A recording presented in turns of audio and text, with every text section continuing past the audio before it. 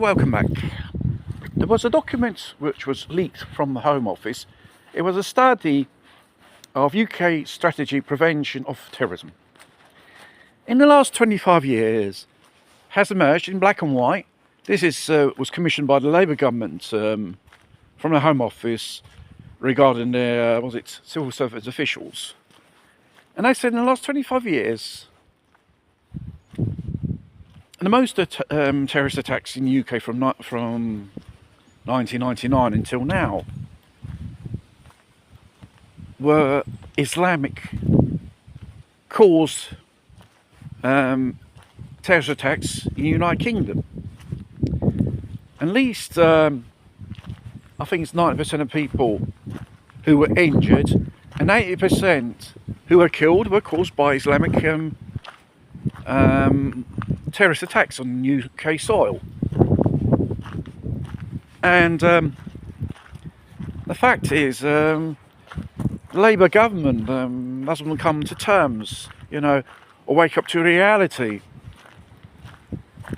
because they spent very little words about Islamic terrorism and stuff like that, which is the major cause. And regarding all police forces, intelligence agencies, which have concluded the major part of UK terrorist attacks on British soil were caused by Islam fundamentalism, homegrown or imported, I should say. No, they're not sleeping cells which are coming overseas or recruitments from dinghy divers, probably. But they're saying they are out for the far righters. The far righters, what the Labour government wants to gaslight people with, are bias in the police and judicial system in the United Kingdom. You're a far right activist, terrorist, or whatever. And another thing, if you criticise the government against how your taxpayers' money is spent on this so-called phony asylum seekers, you can consider as a right-wing fundamentalist, a potential terrorist, a threat to the nation.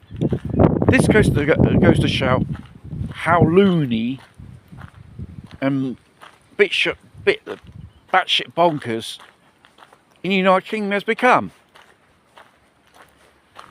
And obviously, regarding the so-called grooming gang who does horrible things to women, they didn't say how to tackle it.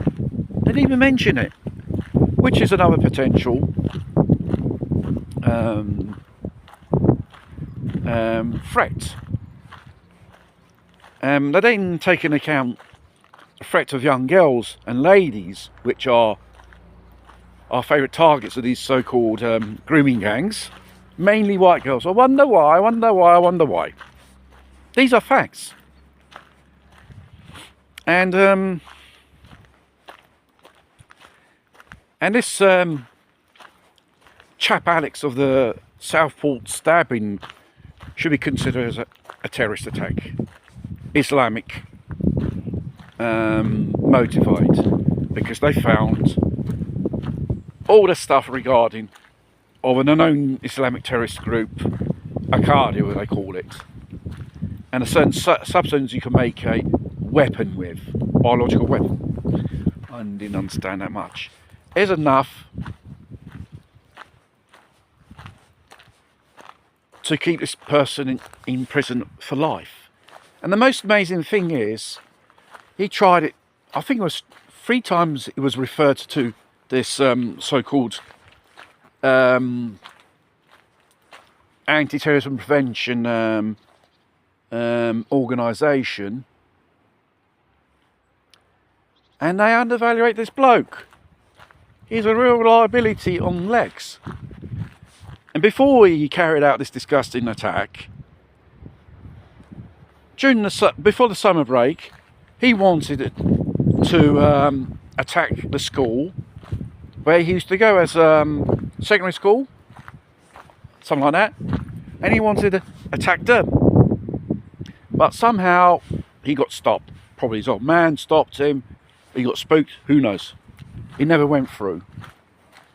He was on the edge of doing it.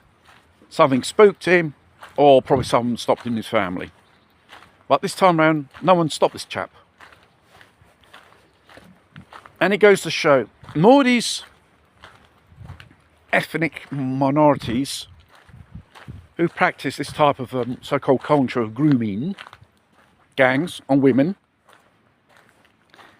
This is a pretty common place in their country. They say it's a part of their culture. Some lefties will say things like this is not acceptable in the Western world or in Britain and nowhere else in the world. It's a very uncivilized practice and absolutely disgusting.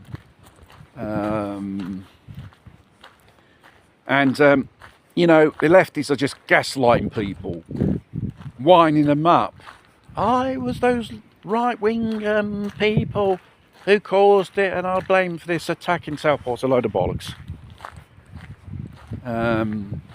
UK government and all those organisations about security and policing never done their job. They could have prevented this chap doing it. They knew who he was and what he was and what he's been up to. And I find it hard to believe no one stopped him regarding the authorities. Or it's just or they're going to use this chap as an scapegoat to introduce more draconian laws, digital IDs, policing on social media, ban on certain things, and the whole 9 yards. It's you create a problem, it occurs a certain event, and they turn around and we've got the solution. It gives you the idea this thing was artificially created, letting out control a certain situation, letting in individuals which no one knows if they're friend or foe. In the thousands, there's 35,000 of these people, asylum seekers in the United Kingdom. 1 in 2 Londoners isn't illegal. Absolutely bonkers. And you can't have a country full of these people, because obviously the citizens who live in those countries, their living standards, they will go down. They'll be poorer and there'll be more taxes you have to pay on the services. Not just to have an efficient service, just to keep these parasites in council houses, their bills paid and fed, and now even giving them free driving licence like they're doing in a part of Oxfordshire. No.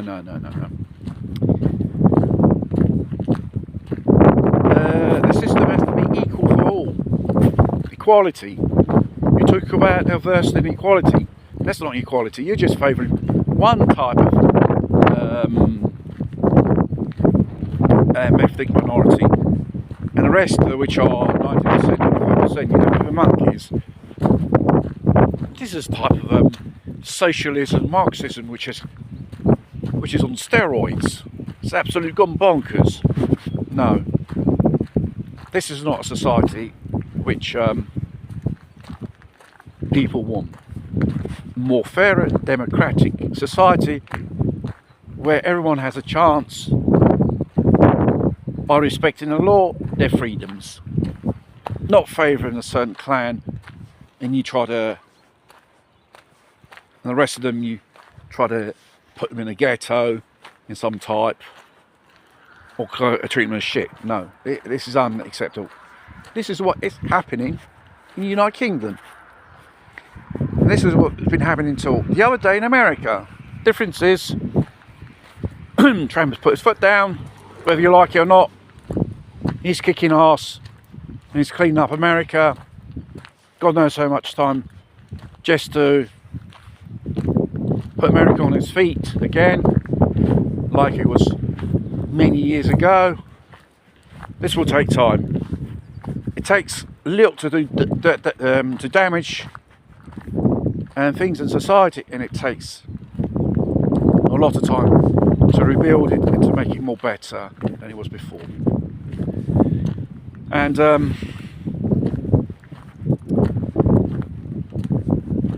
the politicians, lefty politicians, like I said in the other videos, they will become more richer, you will become more poorer. And in the end, they will say, you own nothing and you'll be happy. Miserably poor and happy. Living in a country with third world living standards. This is how Western society is heading to if they do not stop this lunacy.